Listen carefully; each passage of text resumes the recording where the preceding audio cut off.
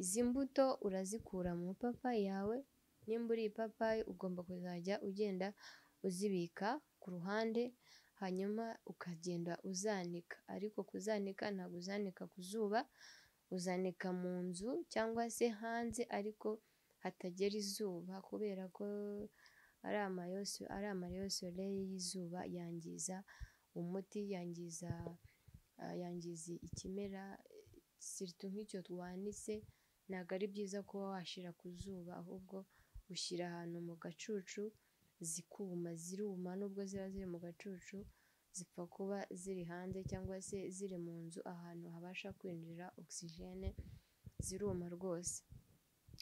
Iyo rero izo mbuto zimaze kuma urazifata ukazisekura, iyo ufite burenda uraziburendinga, ni ukuvuga ngo icyo uba ukeneye ifu ya tuno tubuto tw'ipapayi, uradusya rero warangiza ugakuramo iriya fu yatwo, ukazajya ufata akayiko kamwe ukakaminjira ku biryo ugiye kurya wowe mugabo, akayiko kano ka tisipuni, kano k'isukari k'icyayi, ukangiza ukaminjira ku biryo ugiye kurya, cyangwa se waba ushoboye kuba wagashyira mu cyayi ukagashyiramo, cyangwa se waba udafite icyayi ukaba wafata igikoma ukagakorogamo, kubera ko kagira gushariramo, ugafata igikoma ukagakoroga mu gikoma ukinywera, hanyuma kandi ukirinda amasukari ku bagabo, isukari yo mu ruganda ukayirinda, byaba byiza ugiye ukoresha ubuki kuko nibyo byiza mu gikoma, ukabikora rero mu gitondo, ukabikora na saa sita ugiye kurya ndetse na nimugoroba. Iyo fu ukoresha ka gatisipuni uzabikora nibura mu gihe cy'amezi 3, ukoresha iyo fu uyiminjira ku byo kurya cyangwa se ukayishyira muri ibyo byo kunywa navuze ahabanza, hanyuma ukaba urikingiye. Nyuma y'ayo mezi 3 rwose ubu nubonana n'umuntu ntabwo ushobora kuba wamutera inda uko wiboneye, kubera ko buriya kugira ngo sipamu zireme, kugira ngo zirema buri munsi, kandi buri munsi hirema sipamu hafi 6,000. Nongeye kugusuhuza nshuti mukunzi wacu, nshuti tubana kuri iyi channel, ndagusuhuje kandi nkwaye ikaze, aho uri hose wiyumvemo ikaze, uri uw'agaciro cyane kuba warakoze subscribe, kandi nawe niba uri mushyashya, ibiganiro byacu ndabizi neza yuko ari byiza, byubaka ubuzima, byubaka imitekerereze, byubaka muri rusange, byubaka ubuzima bwa muntu, kandi dukeneye ubuzima kugira ngo tubeho neza, dukeneye ibyishimo kugira tubeho neza, dukeneye byinshi kugira ngo tube twabasha kubaho igihe kinini cyangwa se igihe kirekire, tukazarenza na myaka 100 ku bubasha bw'Imana.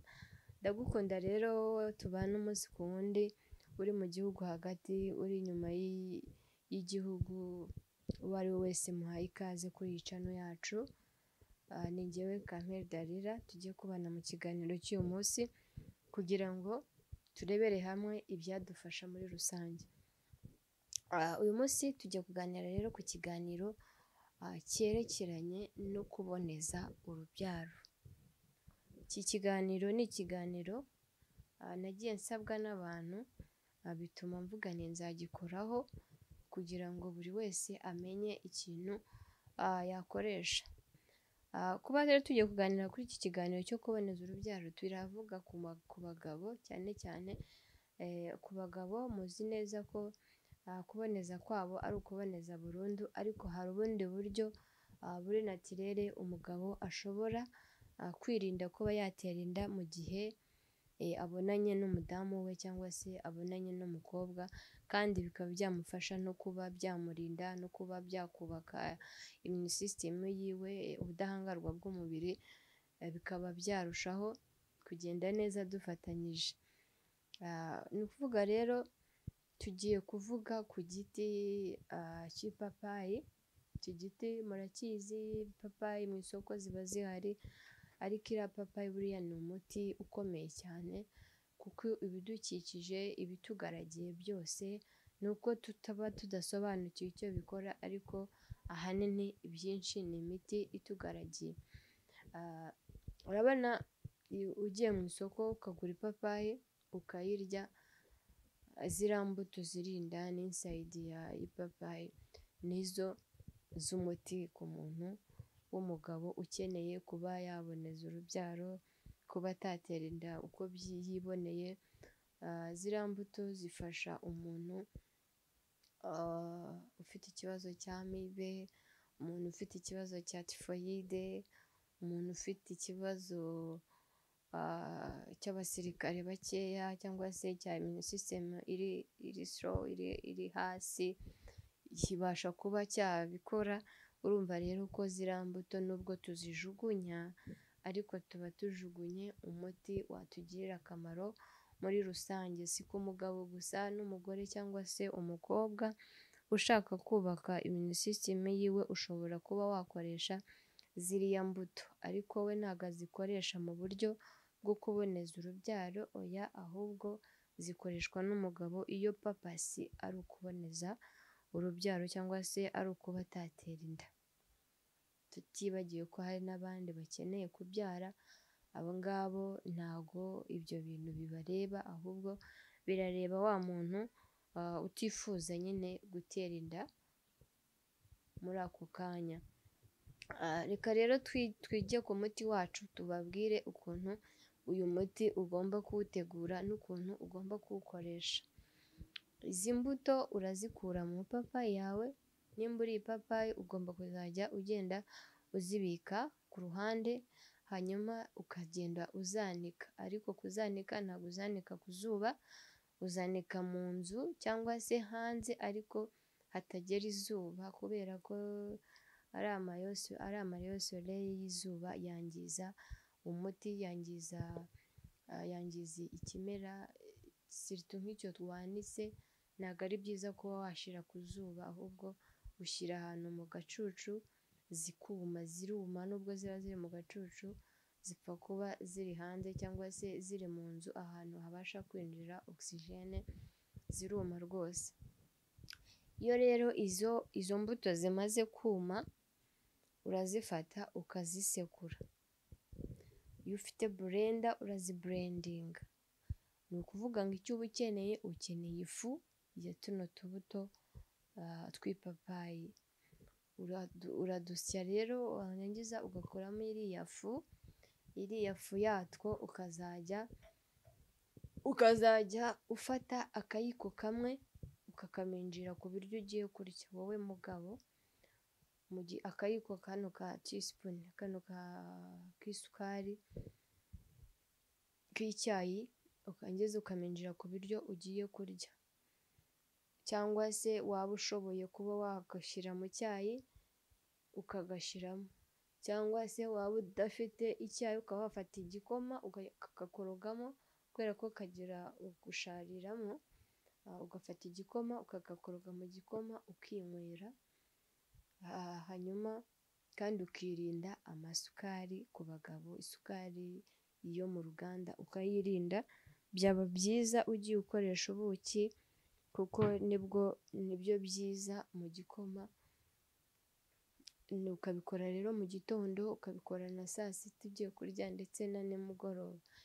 Iyo fu ubwo ukoresha ka gatisipuni uzabikora nibura mu gihe cy'amezi 3, ukoresha iyo fu uyiminjira ku byo kurya, cyangwa se ukayishyira muri ibyo byo kunywa navuze ahabanza, hanyuma ukaba urikingiye. Nyuma y'ayo mezi 3 rwose ubu nubonana n'umuntu ntabwo ushobora kuba wamutera inda uko wiboneye, kubera ko buriya kugira ngo sipamu zireme, kugira ngo zirema buri munsi, kandi buri munsi hirema sipamu hafi 6,000.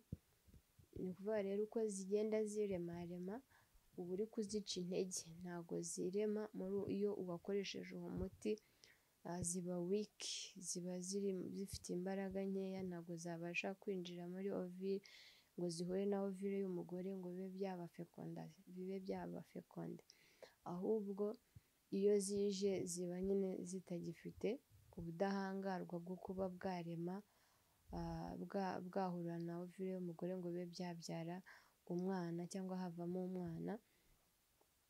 Bituma rero ziba wike, bigatuma za mbuto zituma za ntanga zawe ziba wike, ariko bikaba byagukiza indwara zo navuze, amibe, tifoyide, mbese ukagira ubudahangarwa muri wowe.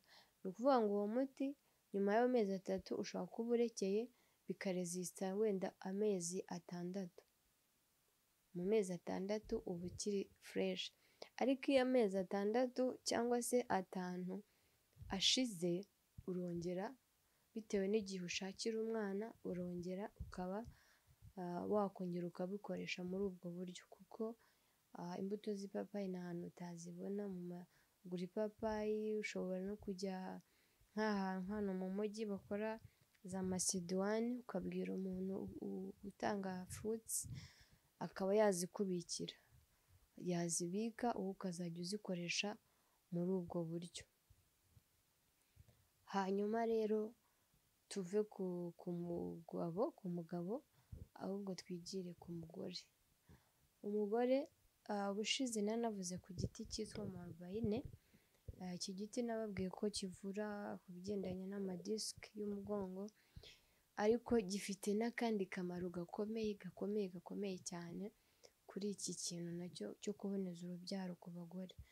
Ubu buryo buri natirere ni bwiza, ariko nanone uba ugomba kubukurikiza nk'uko bikurikira. Utabyitayeho n'ubundi urasama nk'umudamu, ariko iyo wabikurikije nta kibazo ugomba kuba wagira.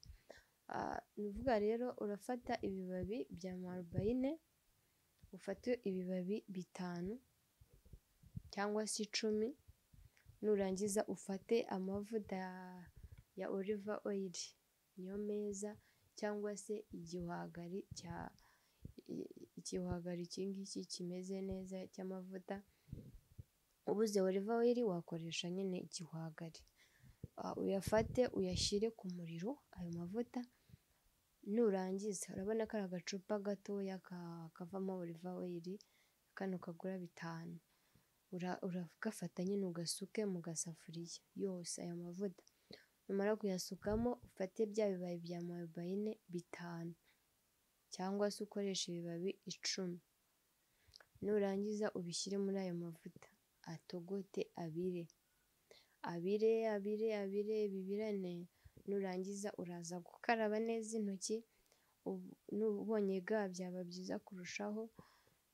Byahoze ukaza gukuramo bya bibabi bya marubayine, ugasa nkaho ubivuguta, kuko kundi ugira nka gutya bikazana amazi, ugakamura ya mavuta, aya mavuta ahita aba icyatsi, ukayakamura, ugafata agacupa ukabishyiramo nyine. Ibyo bintu bizakuvura ama infection, ayo mavuta azakuvura ama infection, azanagufasha kuba nimba udakeneye kubyara rwose ntabwo ushobora kuba wasama uko ubonye. Ni ukuvuga mu gihe ugiye kubaka urugo cyangwa se gukora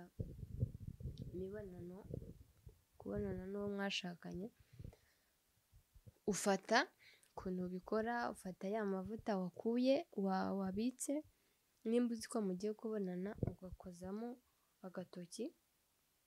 Ubwo ni uburyo bwo kwikingira kutasama. Ugafata agatoki ugashiramo hariya muri segisi, ni ukuvuga ngo ushyiramo, bikaba byakurinda za ndwara navuze, ariko ikiba kigenewe ni uko za ntanga niziza kwinjira zirahita nyine zipfa, ntabwo zishobora gukomeza ngo zigende ngo zikore akazi zigomba gukora, ahubwo uba wikingiye muri wowe, ukaba utagomba gusama mu gihe wafashe ya mavuta wayasizemo. Mu gihe rero ukeneye kwivura ama infection vaginal ariko atari ya yandi amaze kugera ku rwego rwo hejuru, iyo ukeneye kwivuza ama infection vaginal hari indi miti ugomba gukoresha atari yo. Urafata aya mavuta, ugura ipamba muri farumasi, ipamba rigura 500 ntabwo ari menshi, ufate rya pamba ujye ukorayo, hanyuma ujye usa ugashyiramo ariko udashyira kure, bimaremo nk'iminota 5 then ukuremo, aho ubanje koga witawaje then ugashyiremo ukuremo. Ubwo ni uburyo bwo kwivura ama infection. Nurangiza ukoreshe sipure, hanyuma uzibize, ufate akadobo uzisukemo, wicare kuri ako kadobo, imyanda ikurimo yose, za infection zose zibe zabasha gupfa, ukicayeho wa mwuka ushyushye urimo oderi ya sipure niwo ugukuramo ubwo burwayi wakoresheje n'ubwo buryo. Urumva rero ko ni umuti mwiza wakuvura ndetse ukanagukingira mu buryo bumwe se cyangwa ubundi, ukagira ubuzima bwiza, ukazira indwara za hato na hato. Urumva atari byiza koko? Ikindi ku muntu ufite ibibazo byo kumagara ku bagore, iyo ukoresheje ubwo buryo nubwo uba uri kwikingira nabyo biragufasha ukaba wamera neza mu gihe uri muri kubaka urugo wowe n'uwo mwashakanye. So rero ndumva umuti nari nateguye kukugezaho ni uyu nguyu. Ndagusabye rwose mujye muza muri komenti mutubwire se nimba wawukoresheje, utubwire result wabonye, utubwire uko byagenze, kugira ngo bihe courage n'undi muntu wa wundi w'umunebwe, wa wundi utabyitaho, wa wundi upinga, umwereke yuko ibyo bintu bikora kandi bifite akamaro. So rero ndabakunda cyane, wowe twabanye kuva ikiganiro gitangiye tukaba tugeze ku musozo. Respect, kandi mu by'ukuri niba uri mushyashya ntugende udakoze kuri subscribe, kugira ngo dukomeze dufashe abantu, dukomeze twungurane ibitekerezo, dukomeze tubane umunsi ku wundi. Iyi ni KTV, njye ni Kamere Dalila, ndabakunda, dukomeze kubana mu biganiro by'ubutaha naho ubutaha.